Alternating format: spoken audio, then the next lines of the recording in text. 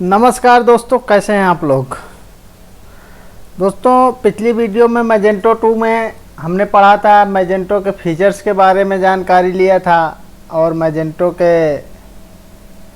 Advantage के बारे में जानकारी लिया था और मैजेंटो क्या होती है उसके बारे में हमने जानकारी लिया था।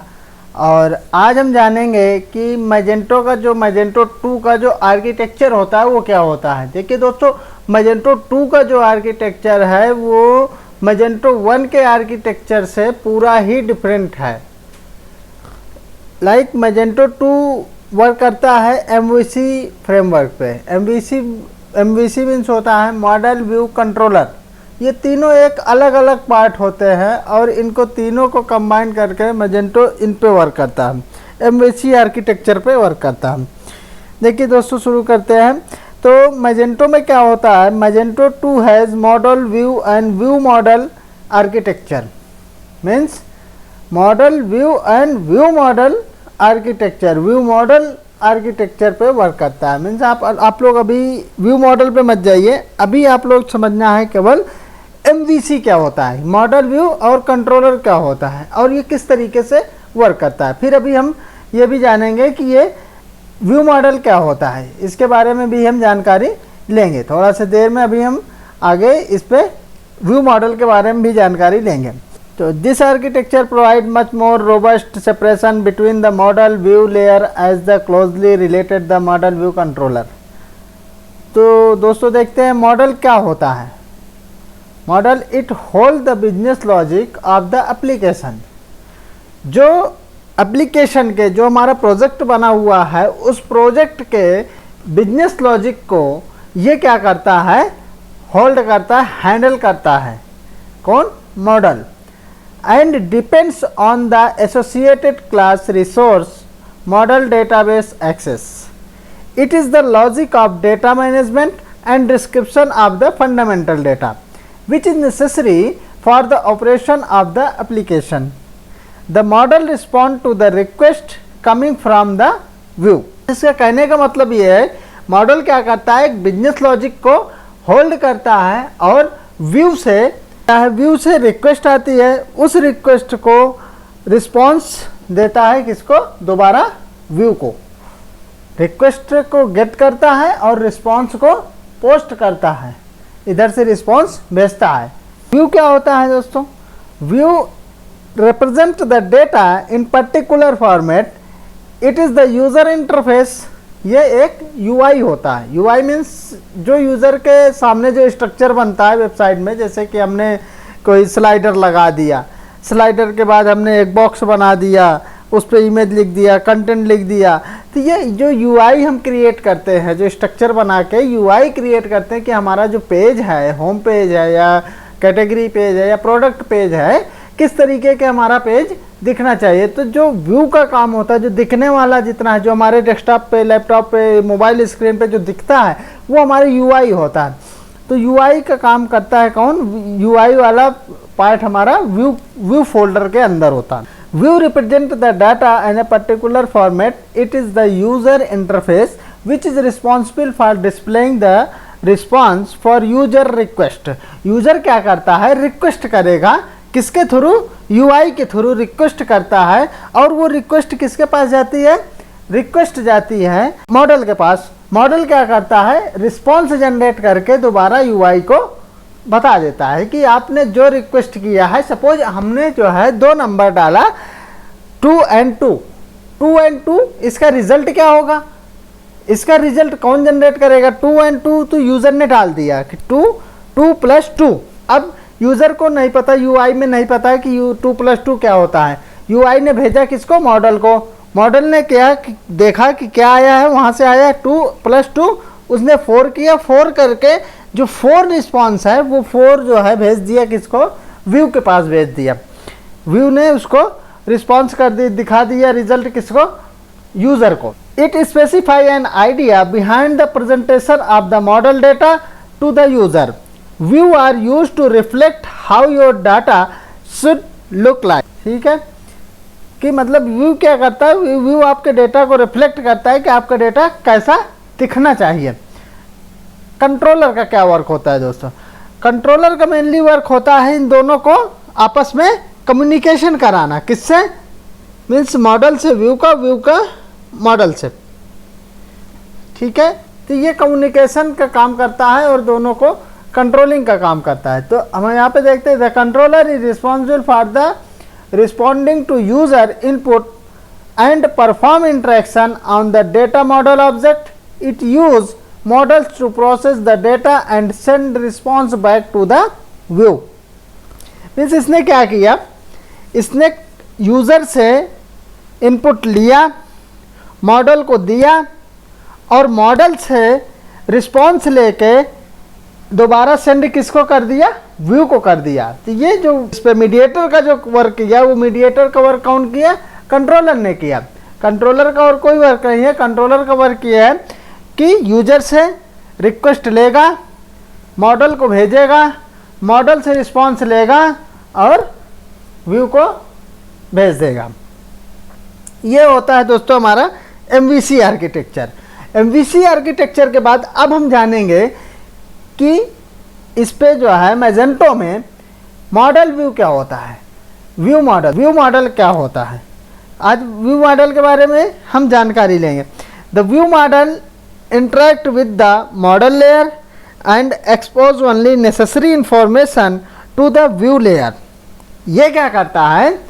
ये अपने अंदर डेटा को तो कलेक्ट कर लेता है, इंटरेक्ट कर लेता है, उस मॉडल डेटा को अपने अंदर रख लेता है, बट व्यू में उतना ही डेटा भेजता है जो कि नेसेसरी होती है। जैसे सपोज करिए एक कार होती है, कार में एक ड्राइवर को क्या ज़रूरत होती है?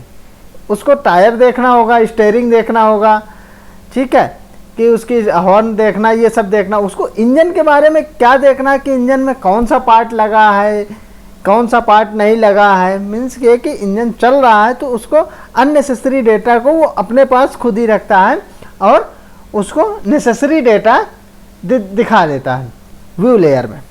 This is handle by the modules. ये हैंडल होता है किसके थ्रू? जैसे हम कोई मॉड्यूल क्रिएट करते हैं मैजेंटो 2 में। अभी हम आगे मॉड्यूल्स वगैरह के बारे में अभी हम आगे जानकारी लेंगे, क्योंकि अभी हमने मॉड्यूल्स वगैरह नहीं पढ़ा है, ना मॉड्यूल्स पढ़े, ना ब्लॉक क्लासेस पढ़े हैं। तो इसकी आगे नेक्स्ट वीडियो में हम देखेंगे कि ब्लॉक क्या होते हैं, मॉड्यूल्स क्या होते हैं, किस तरीके से वर्क होता है। अभी तो हमने इंस्टॉलेशन भी नहीं किया, तो अगली वीडियो में हम इसका मैजेंटो 2 का इंस्टॉलेशन करेंगे कि PHP जैम्प के अंदर हम किस तरीके से इंस्टॉलेशन कर पाएंगे और लोकल सर्वर क्रिएट करके हम अपनी वेबसाइट को कैसे रन करा पाएंगे। तो वो हम इंस्टॉलेशन देखेंगे। इस पे कंट्रोलर क्या होता है? Controller is only responsible to receive request and redirect the user to another route. जैसे कि अभी हमने बता दिया कि कंट्रोलर का वर्क यही होता है कि कंट्रोलर ने यूज़र से रिक्वेस्ट को लिया और मॉडल को भेजा, फिर उधर से जो भी रिस्पॉन्स आया मॉडल्स के थ्रू, रिस्पॉन्स को उसने फॉरवर्ड कर दिया व्यू के पास। तो it contain model which is converted to the view and also contain the command that can be used affect to the model. अब देखिए मॉडल व्यू के अंदर, व्यू मॉडल के अंदर कई सारे लेयर होते हैं। ये 3-4 लेयर पे काम करती है हम व्यू मॉडल। जैसे कि पहला होता है presentation layer, service layer, domain layer, persistence layer. ये 4 लेयर पे वर्क करता है कौन? View model. व्यू मॉडल हमारा 4 लेयर पे वर्क करता है मैजेंटो में, अलग अलग 4 लेयर पे। प्रेजेंटेशन लेयर अपना प्रेजेंटेशन के उससे, अब आगे हम देखते हैं इससे प्रेजेंटेशन लेयर क्या होता। तो दोस्तों इसकी PDF हम वीडियो उस पर डिस्क्रिप्शन में डाल देंगे, आप डिस्क्रिप्शन से इसकी PDF निकाल के और जानकारी ले सकते हैं। और इसके नेक्स्ट वीडियो में हम जो है जानेंगे कि किस तरीके से हम इंस्टॉलेशन कर पाएंगे इंस्टॉलर के थ्रू, कंपोजर के थ्रू।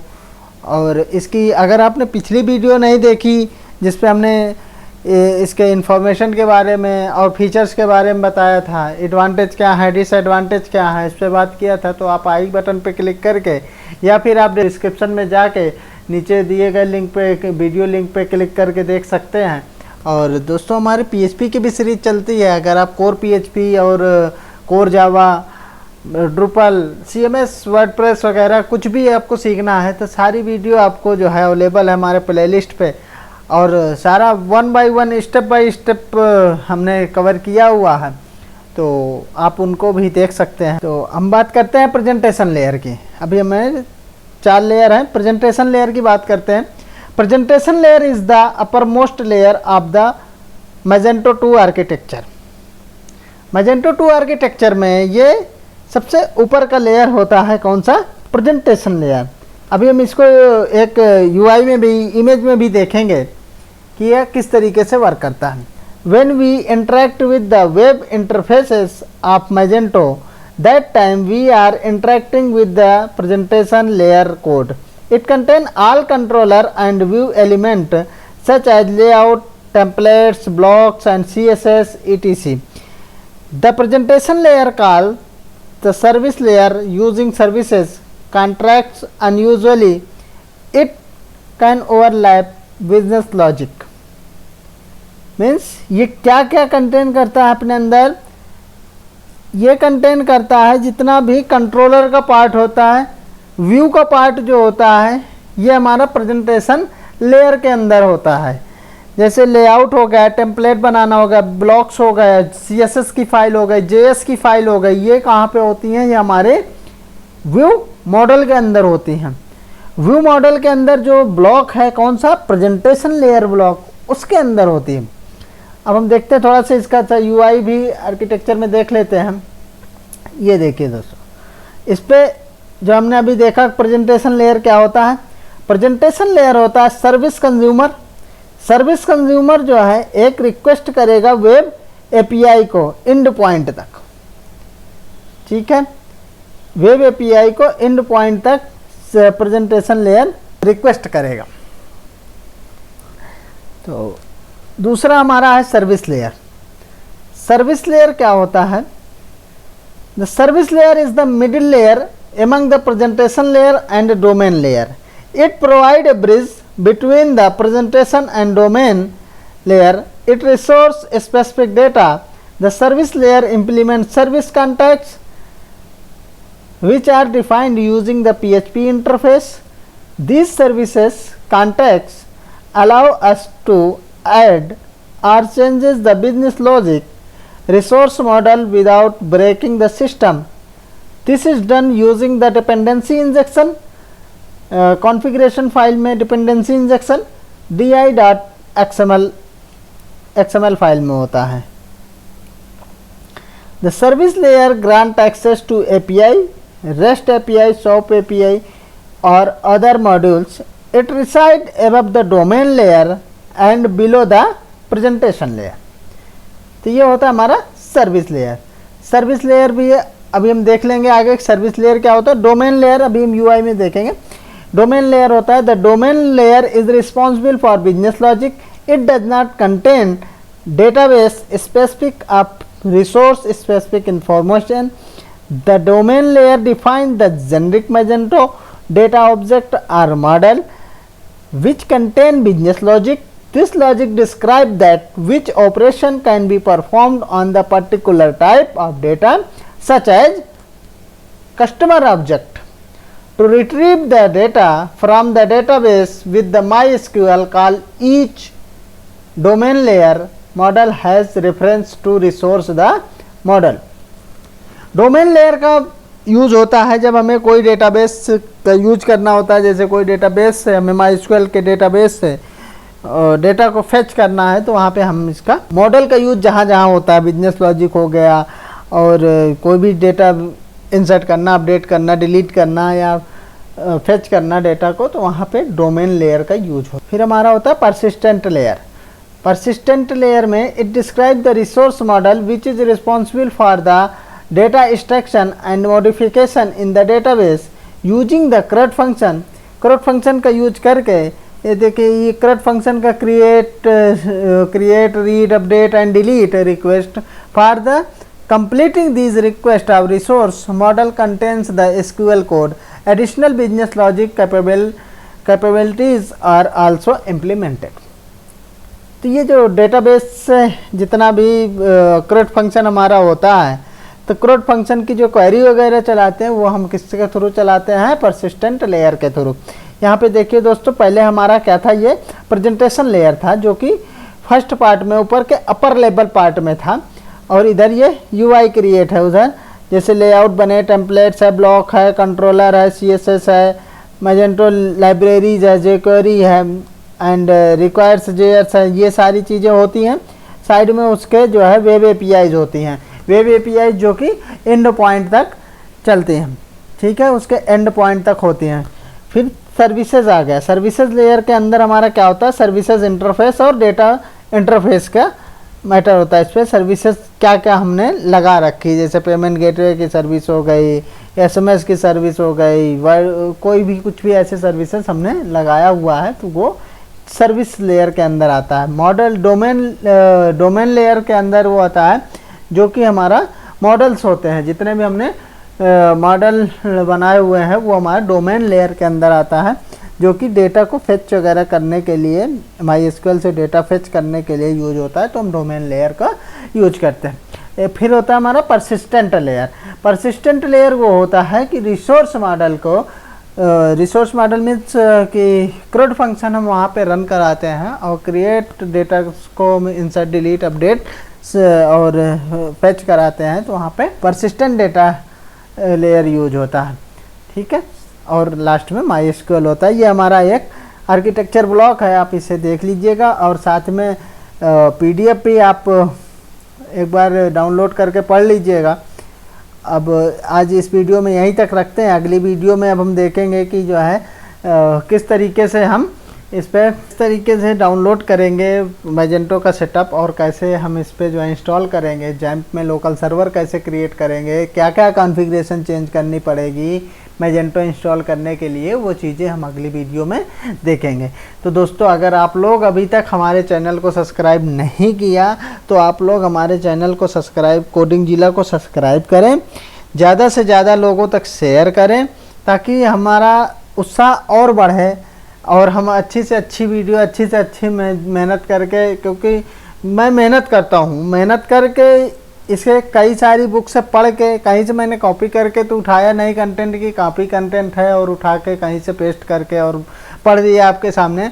ये मैंने 2-3 बुक जो है पढ़ के उससे जो है कंटेंट निकाला हुआ हूँ, और जो उसमें यूनिक कंटेंट होता है वही कंटेंट में छांट के ले आता हूँ आप लोगों के सामने। तो आप लोग जो है शेयर करने और लाइक करने में जो है कंजूसी ना करें, शेयर लाइक कमेंट ज़रूर करें। अगर कोई भी परेशानी होती है तो आप मुझे कमेंट बॉक्स में ज़रूर लिखिए। आपको कुछ नहीं समझ में आता या आपको कुछ भी रिक्वायरमेंट है तो आप जो है उस पर कमेंट बॉक्स में ज़रूर लिखिए। कोई क्वेश्चन है आपका अगर, तो आप वहाँ पे अरेंज कर सकते हैं कमेंट बॉक्स में क्वेश्चन को। ठीक है दोस्तों, मिलते हैं। Okay, bye bye. देखते हैं।